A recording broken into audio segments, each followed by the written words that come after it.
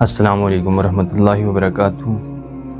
جیسا کہ آپ لوگوں کے ذہن میں ہے کہ پہلے پاکستان اور افغانستان کی جنگ چل رہی تھی، اسی دوران اسرائیل اور ایران کی جنگ بھی چھڑ گئی۔ جیسے کہ آپ حضرات کے ذہن میں ہے کہ کل انہوں نے فضائی حملے کیے ہیں ایران پر، اور وہاں ایک پاکستانی ہمارا بھائی بھی شہید ہو گیا اور ایرانی بھی مارے گئے۔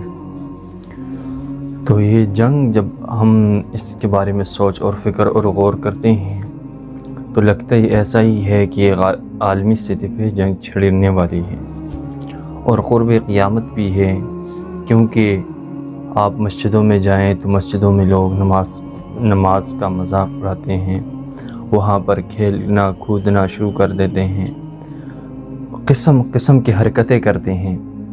سامعین گرامی، ابھی جو ہمارا پاکستانی بھائی وہاں شہید ہوا، اللہ تعالیٰ اس کے درجات کو بلند فرمائے۔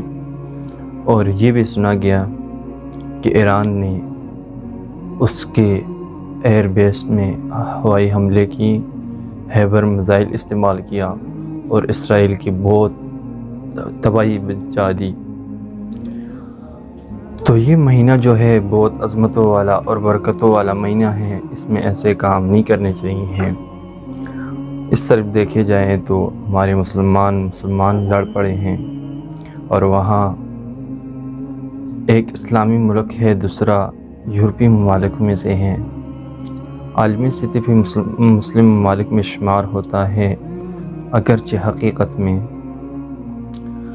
کچھ یوں ہی ہے، لیکن عالمی سطح پہ تمام عالمی دین اور عالمی سطح پہ جو اسلامی ممالک ہیں وہ اسرائیل کی دشمن ہیں۔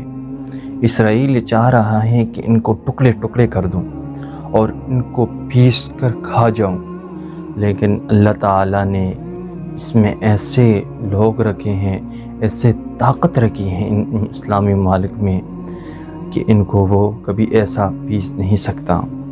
سامعین گرامی، جتنا بھی ہو سکے اپنے مسلمان بھائیوں کے لیے دعا کیے کریں، کیونکہ یہ جنگ جب چھڑتی ہے تو اس میں بچے، خواتین، بوڑھے، جوان سارے کے سارے رگڑ کھاتے ہیں۔ تو اللہ تعالیٰ سے دعا ہے کہ اللہ تعالیٰ ہماری حفاظت فرمائیں، اور ہمارے جو مسلمان ممالک یعنی پاکستان اور افغانستان کی جنگ چھڑی ہے، اللہ ان میں بھی خیر والا معاملہ فرمائیں۔